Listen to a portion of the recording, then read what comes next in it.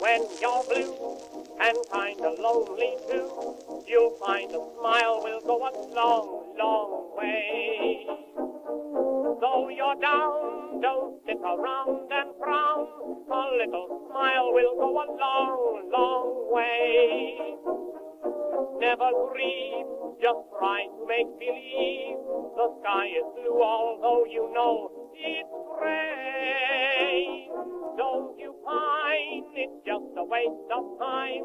You'll find a smile will go a long, long way. Welcome into another holiday edition. It's Ron and Jen's Great Escape. It's our podcast. It's our attempt to turn your news frown upside down. We kind of keep the mission statement kind of simple, so we like to try to go from that to this, all right? And it's not happy talk. I don't like that, or good news, a good news feel-good program. Yeah, people don't like that. It's about civility. They like moments of that. Yeah. But you can't do remember some guy at a sports show, and he used to, I don't remember his name, and he tried to do that. He tried to do a feel-good sports show, and he would, yeah, I heard it a couple times, and his first question to whoever called was, tell me something good.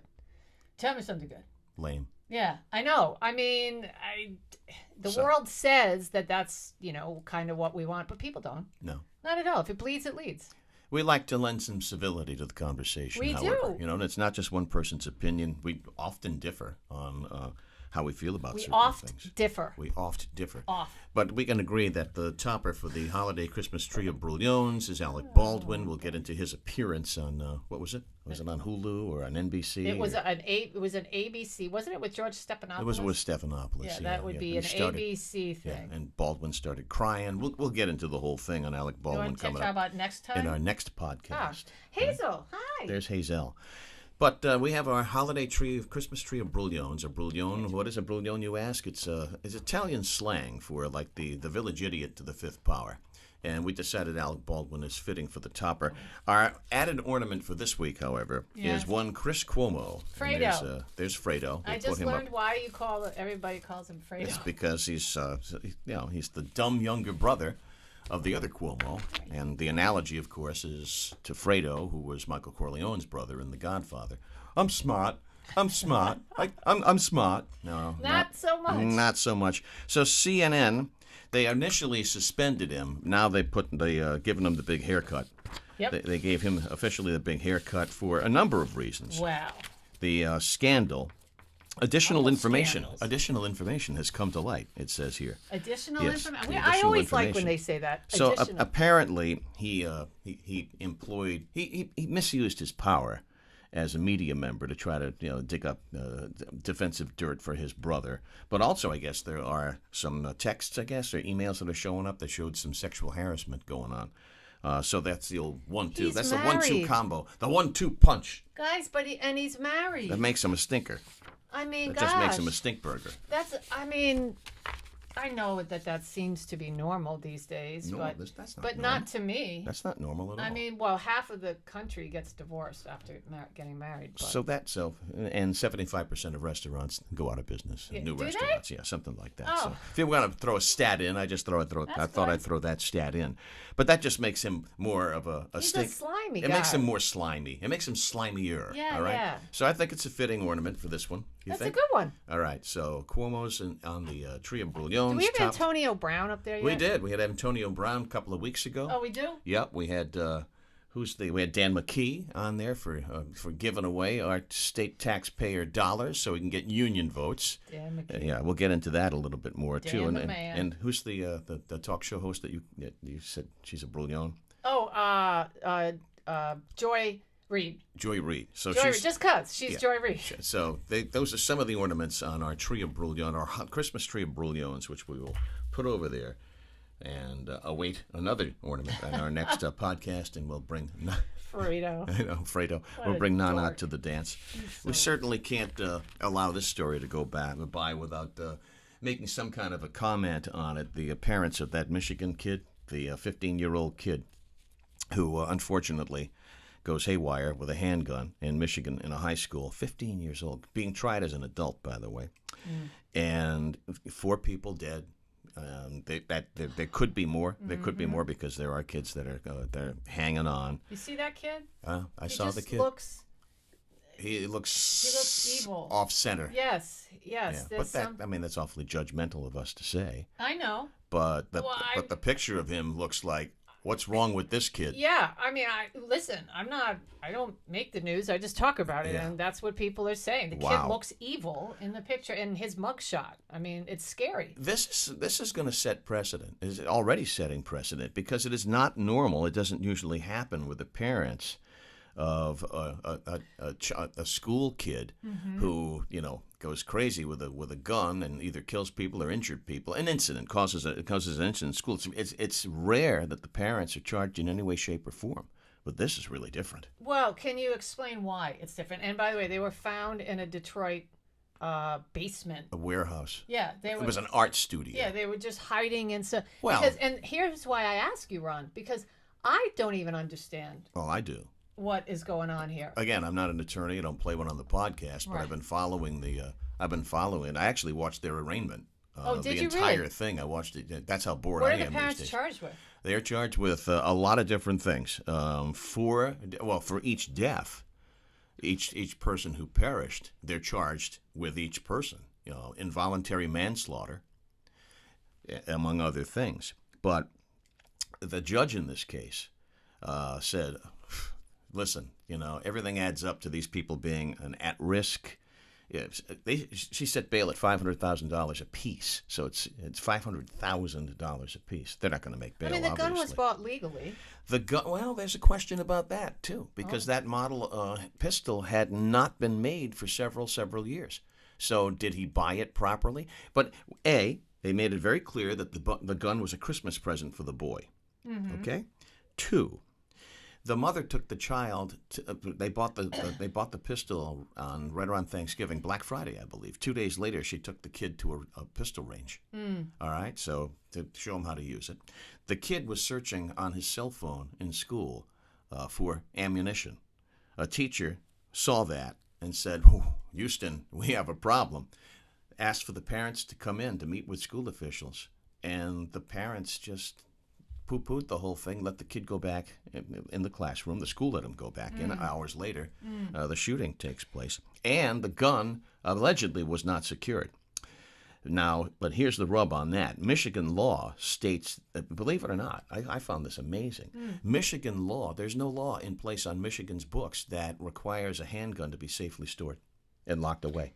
Well, can you imagine that? Yes. Yeah. No. I honestly, I can.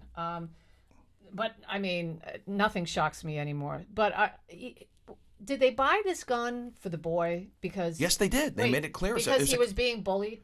Because that changes a lot too, and I know that I read that the boy was being bullied. Yes, I read that and too. So, but you know what? Some of his classmates claimed that he wasn't. So really? Who knows? Maybe those were the ones who were bullying him too. Right, Who knows? Right. So I mean, you ask what they're charged with. Yeah. Okay. Involuntary manslaughter charges against the Crumbleys, those the parents, accusing them of failing to intervene on the day of the tragedy, which I just mentioned, despite being confronted with a drawing and a chilling message. There was actually a drawing that a teacher saw of the kid had drawn shooting people. And the fellow, and actually a drawing with a chilling message on the bottom of it, blood everywhere. Wow. The kid had written down. And that was found on the boy's desk. 15 years in prison for each charge. So that's 4 charges, and the parents, of course, pleaded not guilty. So that's where that stands. And, people might say, and I'm sure I'm going to get some emails about this at jenbrien@rocketmail.com. Yep. It is a very big story, and there's so much going on in the world that there's so much bad news everywhere all the time. I just don't immerse myself into it the way that I used to. And I mean, if I had to, I would, but I don't have to do that right now, so that's why I don't know every detail about this particular story. It's awfully tough to do too in this It climate is. Because and after the parade, that just my God. that whole situation just was heartbreak. I cried. Isn't it amazing though how fast these stories vaporize? Yes, it is. You've got one horrible incident after another, and I mean this is horrific. Yeah. This whole story, and so that's why it's likely to set precedent because just look at what we just talked about. These, if you don't think these parents are culpable, something's wrong with you. What was it? And just to give you guys, if you say, "Oh, that's not true," these guys are just saying, what was the name of the girl that was killed by her boyfriend down in Florida? People already forgot, I bet. Yeah. I mean, off the top of your head. Off the top of my head, I can't remember her name. So I know his name was Brian. They found him. Yeah. He had supposedly committed suicide. Right. So, I mean, but what was her name? Right? Bingo. Like I said, it's vaporized. They just move on to the next story. Yep. Hopefully we don't have to move on to the next story. That's so horrible. You're right, though. That is going to be that's got, that has Nancy Grace all over it. It does. Remember when we interviewed her? Oh, my God. At W, we did. We interviewed. Unfortunately, I remember, yes. Yeah. Well, she was just as intense. Oh, she was nice at first, and then she got really intense, in her show. Yeah, I guess that's... We also interviewed Ann Coulter. She was pissed. I said, "Why are you so angry?" Yeah. Just like that. Oh, she was so pissed. Then she was doubly pissed after you asked that question. All right. Hey, look who's going to be home for the holidays. Little Buddy.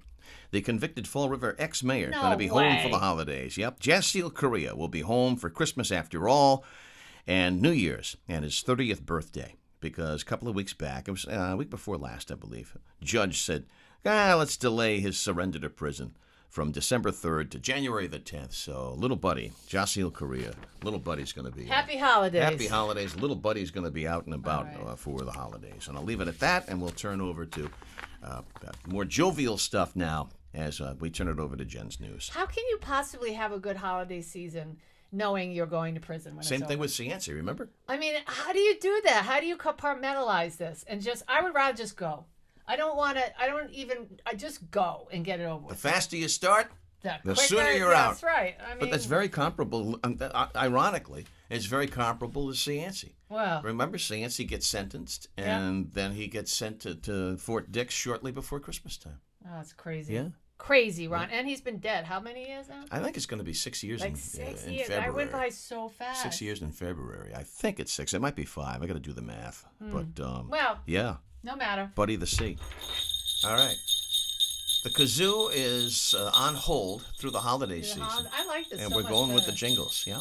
Isn't that nice? It's time for Jen's Jingling News. It's jingalicious. Now, you might say, Jennifer, why on earth do you have The Bionic Woman Season 2? Because it makes a wonderful stocking stuffer. It would make a wonderful stocking stuffer for somebody that's my age, in their 50s. Maybe you hey, guys out there, I mean, that would be a nice, from the ladies, a nice little gift. Or if you were a $6 million guy, or MacGyver. That's a hot Christmas gift. Not MacGruber, which is the comedy aspect of it. But no, MacGyver. I liked the spin-off. I liked the Bionic Woman because... Did she move in slow motion too? Like Neil Natures did? Well, I liked her better because she had an ear and she had... what was it? She had a bionic arm, she had bionic legs, and she had a bionic ear. Oh, she had bionic hearing? I didn't know that. Oh, yeah, and that made for better storylines. So, but anyway, and then, so much more believable. Yeah, it really was. And then this, do you recognize the mints? Yeah, I remember those tins. Remember? Yeah. My Nana had your them. Nana's? Yeah. Right, my Nana, God rest her soul. Those were the good buttery ones, yes, right? weren't they? Yeah. So I was letting my hair go out years ago, and my grandmother, she was so funny. I went over to her house. Her name was Florence. And she gave me her headband. I did not, Florence. Her little headband. Isn't that sweet? So what a nice gift. Nice. Yeah. So I just thought I'd bring Nana's tin in. Okay. So back to my news. Hey, how about that Antonio Brown? Oh my God. What? Antonio Brown. Well, he could have walked the straight and narrow if you paid him. The proof? This is what it says here. I didn't make that up, folks. It's a good one, though. I like that. Tampa Bay is paying the star receiver $3.1 million, and Brown is in the hot water seat again. This time, he's been suspended. If you didn't hear it, he's been suspended by the NFL after an investigation found the wideout submitted a fraudulent fax card. We knew it was going to be fake. Yeah. How many people do you think have these fake cards? A lot. Yes, I know. Not to that high level profile, I wouldn't think. Well, who knows? I could be wrong. I don't know. Bruce Arians said they got to really look into this. He's a brilliant. Yeah, well, basically what he was saying is what Phil Cowher said years ago when when the Patriots were, being Bill Cowher. I'm sorry, what did I say? Phil. Cowher? Yeah, Bill Cowher. When they were being accused of cheating, he said everybody does it. Yeah. I mean, everybody does it to some degree. Right. So Bruce Arians is basically saying, you better look into this, because what's that translate to? Everybody doing it. And so I'll really, because of this, be interested to see if there's anybody else out there. But do you think Tom Brady knew? Tom Brady might have set it up. I don't know. But they suspended him. The league suspended him for 3 games. 3 games, slapping the wrist. That's supposedly $185,000 a game, I guess. But supposedly the Buccaneers are considering just going snip. This guy's a pain in the ass. Oh, really? Yeah, just get rid of him. Oh, He's a wow. big I'm deal. not surprised. All right, so a crocodile thought to be a plastic prop attacked a guy trying to get a selfie with him. A man in the Philippines was nearly killed when he posed for a selfie alongside what he thought was a crocodile statue, but it turned out the creature was real and it promptly attacked him. So it was this guy's, it was his 68th birthday, and he was standing alongside, can you imagine? The guy standing alongside the statue, he raised his arm for a selfie, and then suddenly it came to life. And a bunch of people saw this. They were watching the scene unfold. It bit down on this guy's arm. Oh. Yeah, and it tried to drag him beneath the water. But he fought his way back. Good for him. And he lives. But, yeah, so a happy imagine, birthday was had by all. yeah, well, wait till next episode when I got some Bigfoot news. Yeah. And then Mac Jones. Oh, actually, you know what? No, all right, I'll save this for next episode, or maybe at the end of the show. Mac Jones has filed to trademark MJ10. I kind of like that. That's smart. Yeah, I think it's very, very, it's business savvy. They say imitation is the highest form of flattery. Not anymore. Not anymore. Now it's cultural appropriation. That's right. But Tom Brady has to feel a certain way watching everything that's unfolding in New England. This says here. Mac Jones has come on and led the Pats to a 6-game winning streak. We'll see what happens over the course of those power rankings in the next week or so. Let's see how the Pats do against the Bills. This podcast drops the afternoon before the game. Yeah, so go Pats. Yeah, go Pats. We really need them to win this game and shut everybody up. But yeah, he saw Tom Brady 12 hats and T-shirts, all kinds of stuff was flying off the shelves. He said, "Hey, the rookie hopes to put MJ10 on hats and have every kid from Boston to Bill Ricker rocking them." That's what he said. Bill Ricker. Yeah, I don't know. That's what he said. You know, I heard one of the guys that does the sports talk, Andy Gresh, by the way. He's really good. I have to say, for a long time.